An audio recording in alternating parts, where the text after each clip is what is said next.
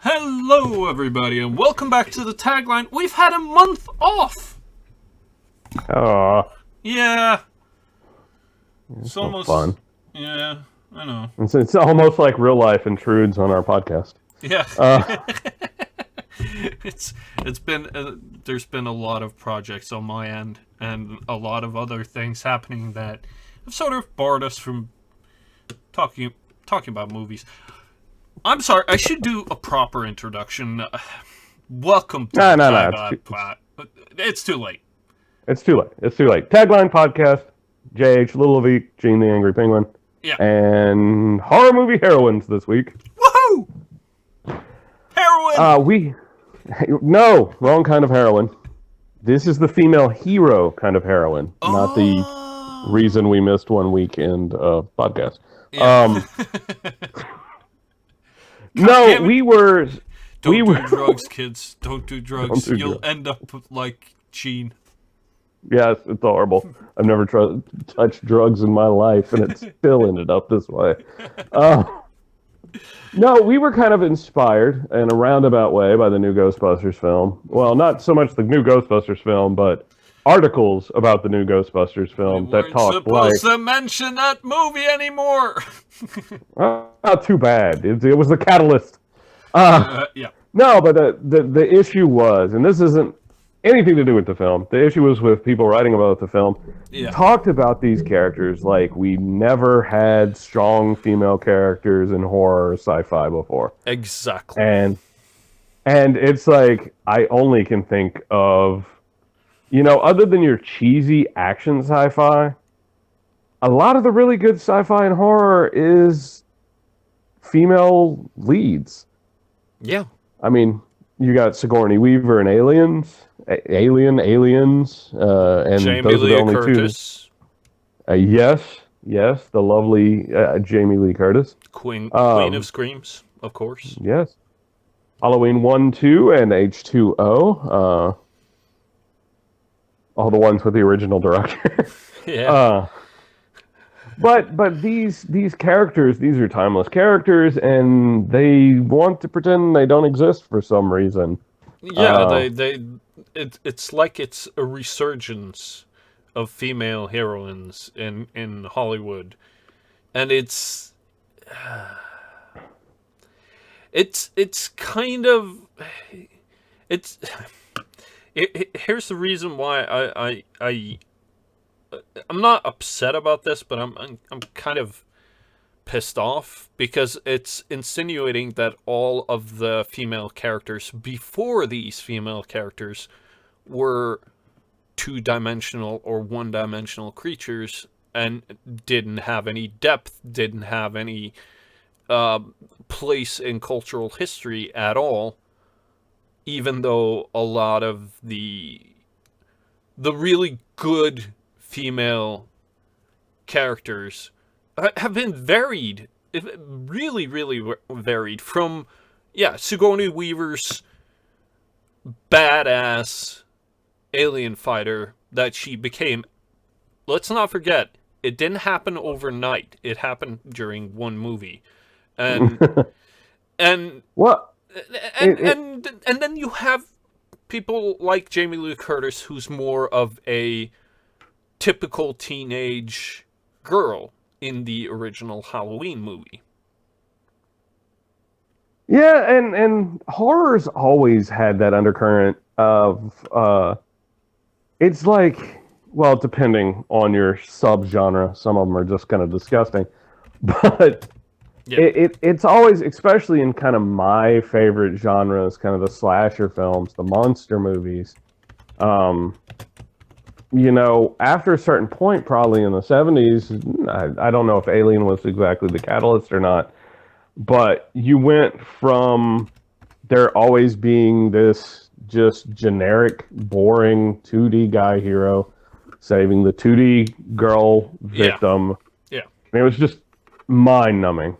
And then you have something like Alien come along and Halloween, and the characters went from two-dimensional to Ripley is a professional blue collar worker who happens to work in space. Yeah, Uh, and the thing is, it's not even it's not even that new either. That you have the yes, you have the sort of damsel in distress trope in a lot of movies before the 1940s, 1950s. But a lot of the movie history from that time it's forgotten as well. The I can't exactly remember which iteration it is, but a lot of the female characters in Dracula movies, for instance, aren't necessarily victims or just there for Dracula. They are also people who give him resistance. And yeah, it's like they may be you know, and it's kind of my favorite fun trope. And it's partly comes from the fact that I watch so many horror movies. It's the trope of, oh, thank God I was there to save you. yeah, Um, and you have the male characters in a lot of these horror movies are absolutely damn useless, yeah. hilariously inept, or the monster is just so outside their range. All they do is like, The if they're lucky, they get knocked out and come back at the end and like grab the girl by the shoulders, and it's like, yeah thank God I saved you. the amount of especially 60s and 70s, now especially 70s horror, 70s and 80s horror were filled with these moronic knuckle dragging morons of male characters. A lot of Well, them were seriously fucking inept, unless you were the predator, unless you were the guy hunting. It was always a dude. If you don't look at the first Friday, oh sorry, Jesus Christ, now my brain is, yeah, no, it is Friday the 13th, isn't it? what are you 40s, talking about? yeah, Friday the 13th, and spoiler, yeah, like 3 decade old spoiler alert, it's not Jason. The yeah, first Friday the 13th, it's Jason's mom. yeah. Eh, And you know, that's That's less yeah, that's the only one I can remember that doesn't have a male sort of monster. monster, and that's why I've always been surprised. I mean, I remember we were doing female, or I say female, I should say feminist film theory in when I studied for film for my film degree, and the amount of times that they sort of degraded the the female tropes in horror movies kind of surprised me, because I've always considered them to be the most powerful female characters, and but it was often because the female heroine was a virgin and everybody else was, you know, did drugs or had sex and then they were killed off. So it kind of got Uh, warped into a moralistic sense. But I well, think that that's that more of a sign of the times. And the actual female character, sexualized or not, still managed to survive. And she was, you well, know, and she always has to. She's not doing it through strength. She's doing it through intelligence. You know, she's got to outthink.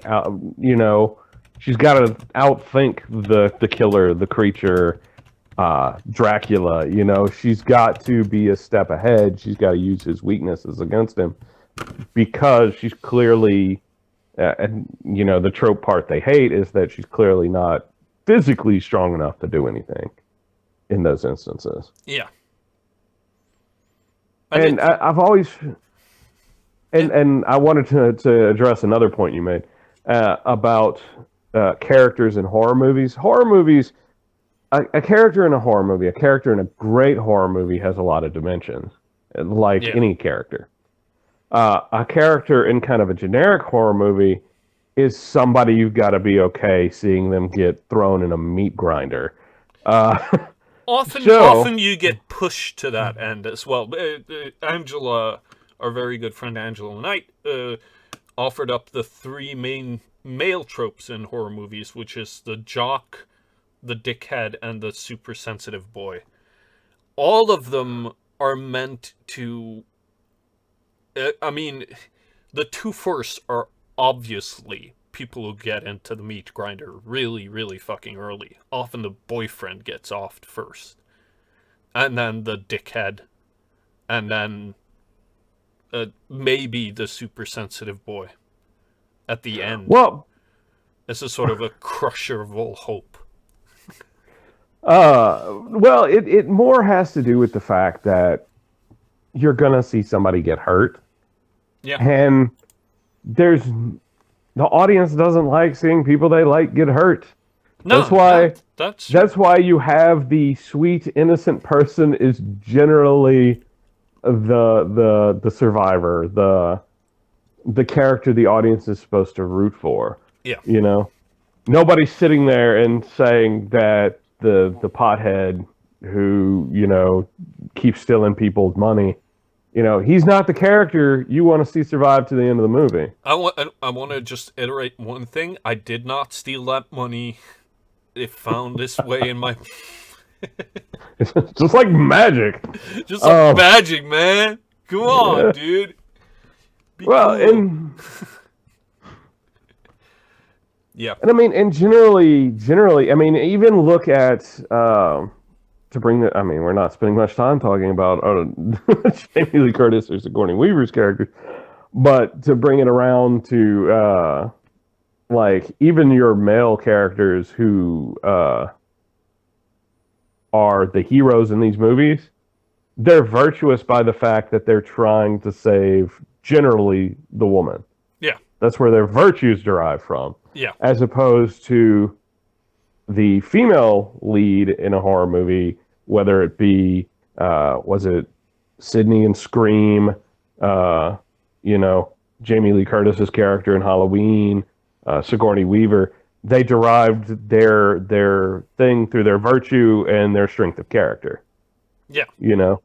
And it was separate from the other characters.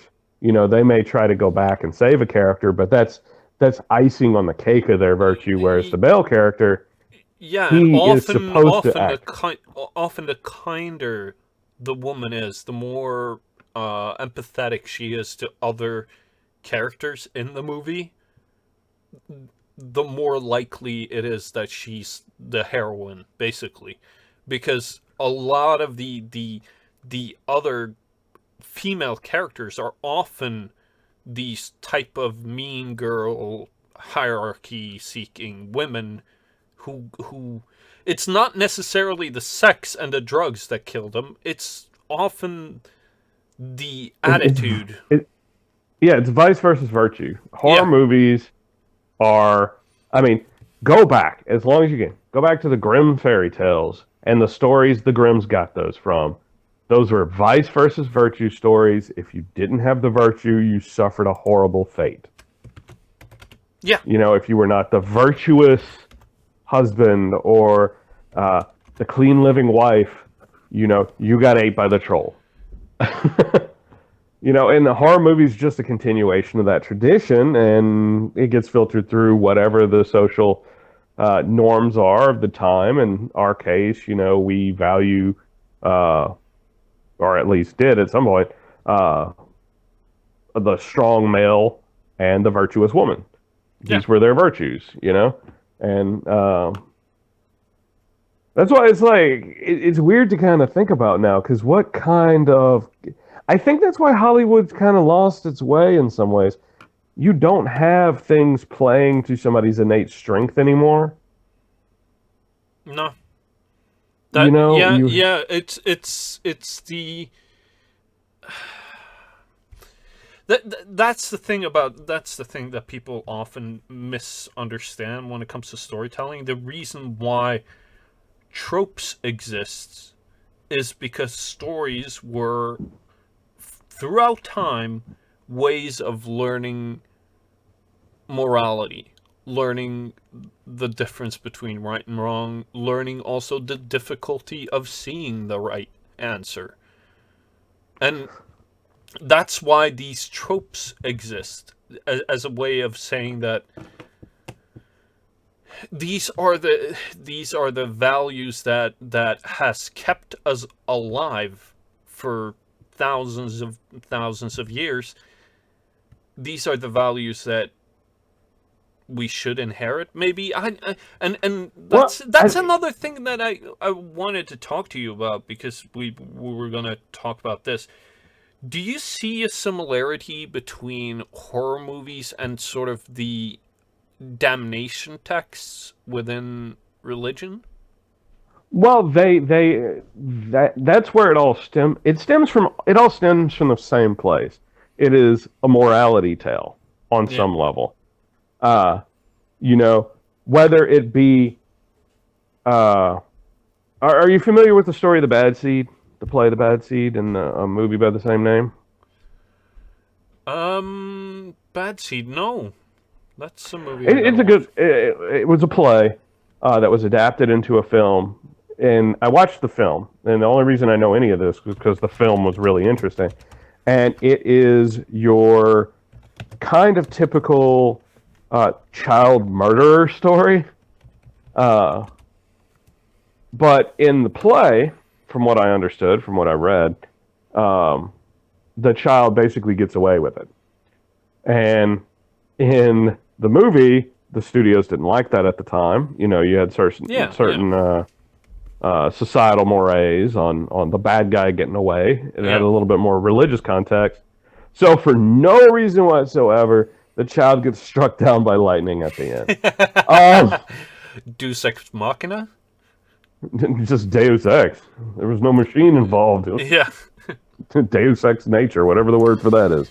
Uh, but it's the same thing now. It's why now it goes. What does it say about our society? But now it's like we want the villain to get away at the end.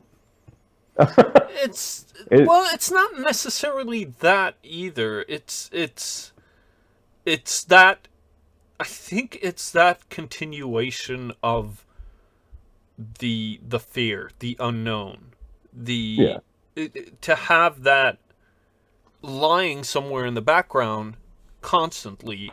It's very primal, and it perfectly fits. I know that the Well, I mean, evolution deniers are gonna come after me now while I'm saying this, but the fact that we've evolved on savannas made it so that we had to keep alert all the time. So I think there's something uh, beneficial I through. would like to point out to our audience that the meerkat is trying to pigeonhole us in his species primary characteristic there. Not all of us, buddy. Some of us slide. No, but Yeah, no, you're right. And like I said, it changes with the times. yeah, Before in the old films, it was maybe the drunkard who'd get killed first, the town drunk, the town yeah. whore, they'd get killed first. In Often, more modern often, films, yeah, often because they were out drinking and then just saw this thing coming towards them. They weren't but safe at home like a normie. look at in more modern films, it's who gets knocked off first, other than the jerk. It's the racist guy. If The there's a rapey banker, guy, the banker. yeah, the banker, well, not even a banker. He's got to be a greedy banker. Oh yeah, yeah, You yeah, know, yeah. uh, it's our social trope villains. You're racist, you're rapist, sexist, or just plain obnoxious douchebag. Uh, the greedy banker, the rich businessman. It's whatever your society currently holds as evil. The politician. Or You know, the people that the general public feels like they're not playing by the book.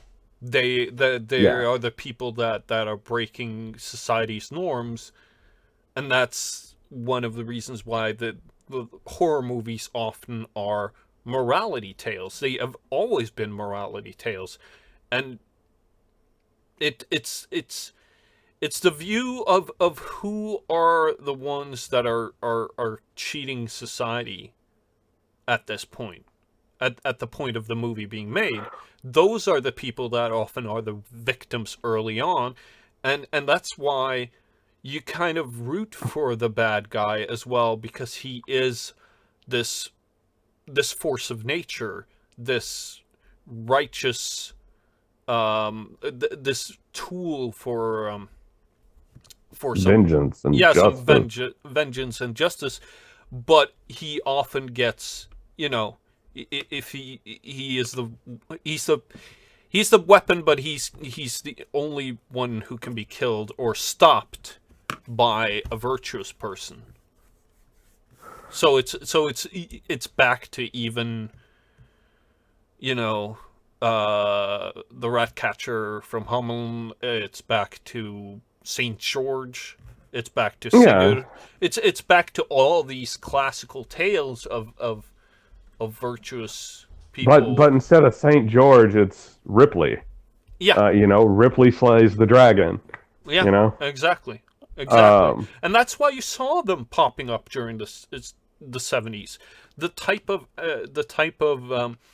filmmakers who were really affected by the 68 revolution, or 68 student uprising, I should say, were the ones that came out and made movies during the 70s. Those were the guys who were in film school during the late 60s, early 70s.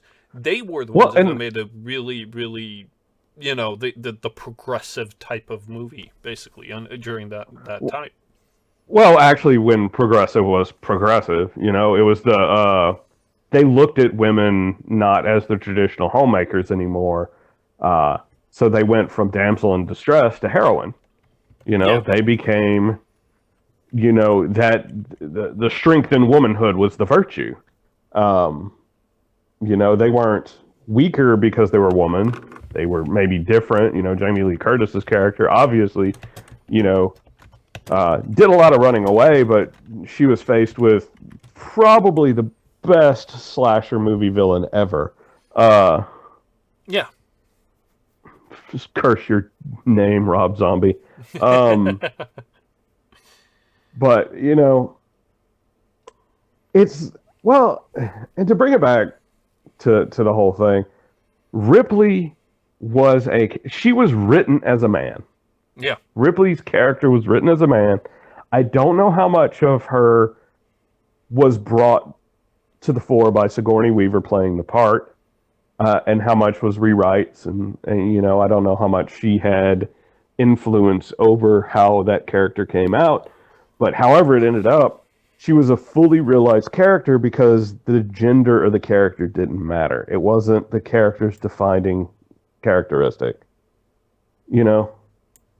yeah, yeah. No, no, and that's the thing that people often forget about Ripley, was that she was playing a character who was in a male dominated scene, in that, and the typical female who would take a job in a, very male dominated scene back then during the 60s and the 70s had to grow a thick skin. So it's a portrayal.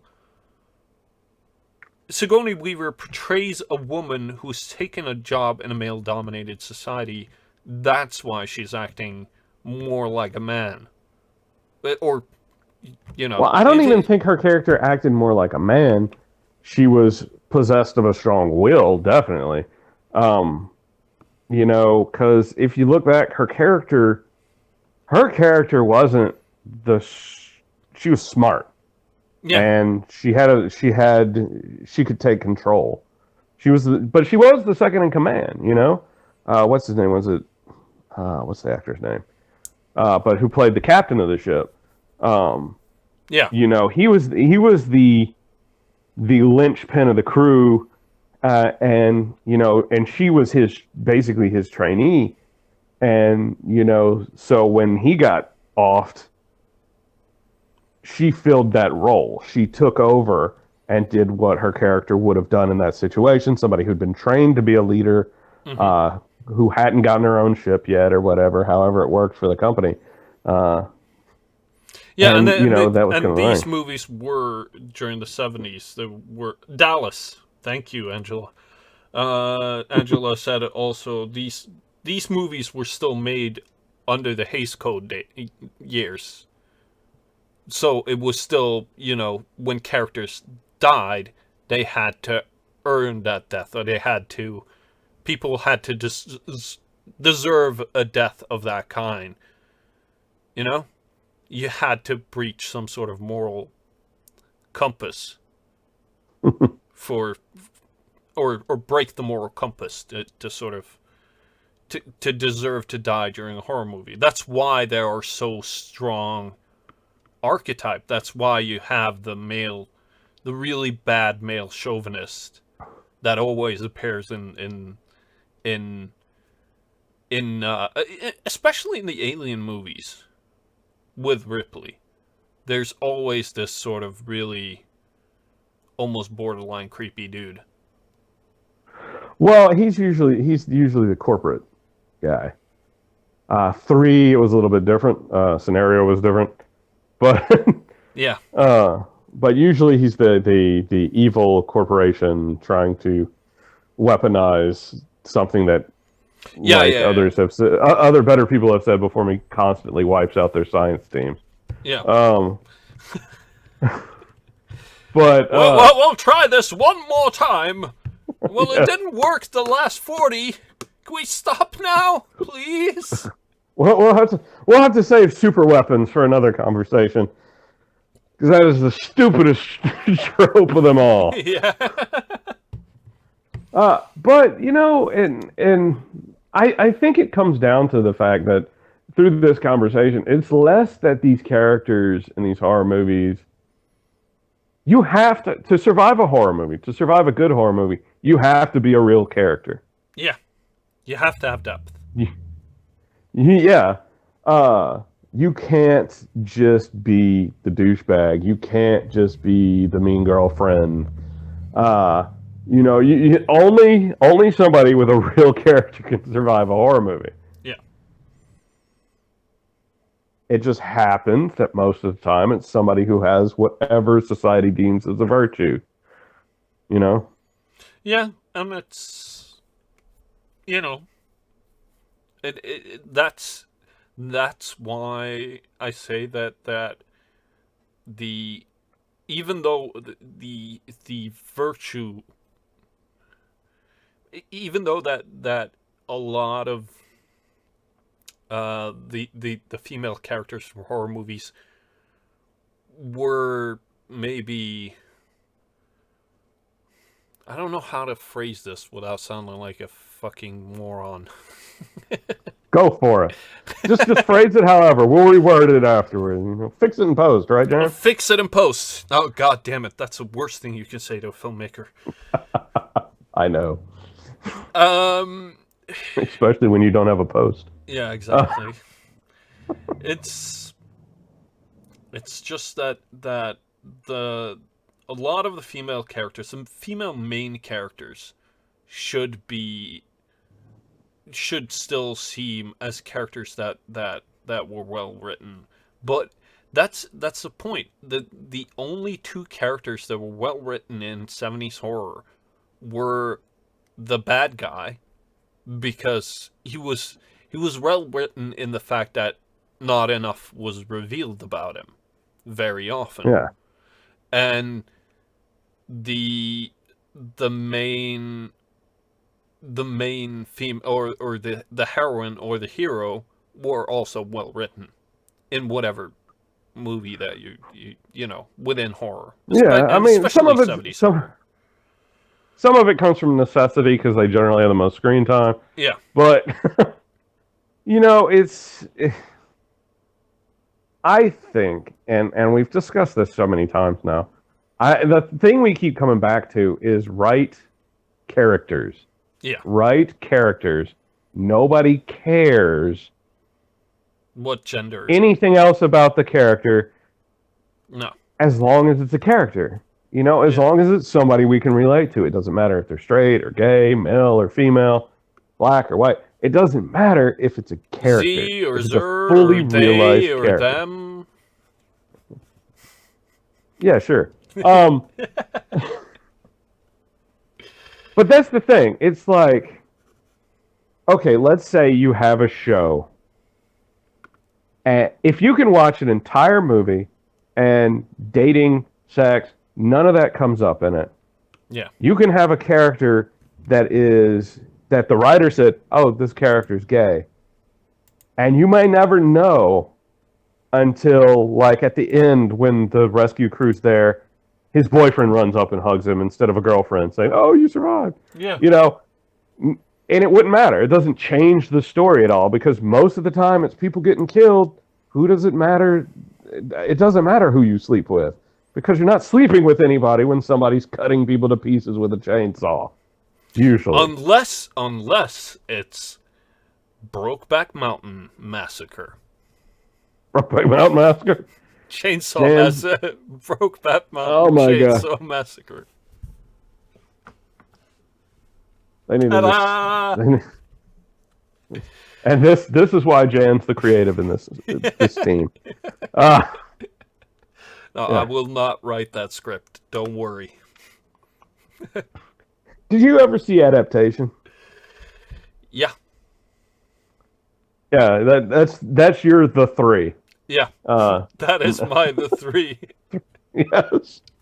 Brokeback Chainsaw Mountain Massacre. Oh God, we're making it worse. I think since we're on the subject of Brokeback Mountain, pretty good film. I'd have to say, I just didn't believe they were in love. I don't know if that's what the story was supposed to be. I hated Jake Gyllenhaal's character in that. You might have supposed to. I don't know what the intent was behind the film. No, I guess I'm not even sure. It's. We need to talk about this another day because it's a topic that needs to be discussed when it comes, and we could do that as part of the September broadcast because in October we're having Cocktober. Yeah, where we review Coen Brothers movies for an entire month. Yeah, and we apologize for the name. We couldn't come up with anything better. It's Coen October. You cut it in half, you put it on the front, you get Cocktober. Yep. What's wrong with that? Oh God. If people think Dirty Thoughts, that's on them. There's no K in there. It's C-O-Tober. Yeah. I think we should end it now, because... Oh, no, it's over. It's over. You got any suggestions? You see anything good lately? Well, the movie that I worked on is out on Blu-ray for our Norwegian viewers. Husa is out on sale on Blu-ray. So, that's it. But, I did see Whiplash. Finally. Oh, did you? I haven't got to see it yet. How was it? Oh, it's good. I really enjoy that. So I highly recommend, even though it's not a horror movie, and I usually follow the fucking recommendations, but you know, most of the things that I've seen within horror is, and especially that type of horror is well known, and I couldn't really come up with anything original to recommend. So, yeah, Whiplash. I highly recommend Whiplash. And as far as horror goes, I'm drawing a blank on horror stuff to recommend. I mean, I recommended Behind the Mask, The Rise of Leslie Vernon before. Yeah. If you want a nice deconstruction of the horror genre. You know what? Let's go with the classic. I would actually recommend you watch the original Friday the 13th, the original Nightmare on Elm Street. The original Halloween. Get those classics in if you haven't. Yeah. You know? And don't watch Last House on the Left. Because... Oh, no, watch Last House on the Left. What are you talking about? Watch the original and the new one. Well, Yeah. you can watch either or. It depends what kind of horrible death you're into. Yeah, and no, Cald Ghostbusters 2016 is not a good horror movie. It's a horror of a good movie. Nah, It's a horror of a bad movie. It's what we have to face. The truth we have to face about Ghostbusters 2016 is it is a bad comedy reboot of a classic film. That's it. Yep. That's all there is to it. And now they're C'est doing la the vie. Clue. No, you shut up. I can't believe we told you that. I can't believe that's true. Okay, well, let's... Well, everybody, thank you for tuning into the Tagline podcast. It has been me, Gene the Angry Penguin, and Jan, the Meerkat Monarch. You can catch Jan on Friday afternoons, 4 o'clock East Coast time, with the Unsolicited Opinion podcast, along with Artemis Ira, Dr. Evil, Sky, and Scott. And you can catch us here, usually Sundays at about the same time. And thank you for tuning in. We don't have a topic for next week, but look for us on Twitter, and we will be sure to tweet out some kind of survey on what we should talk about next week. Thank y'all. Jan? Are you going to say bye?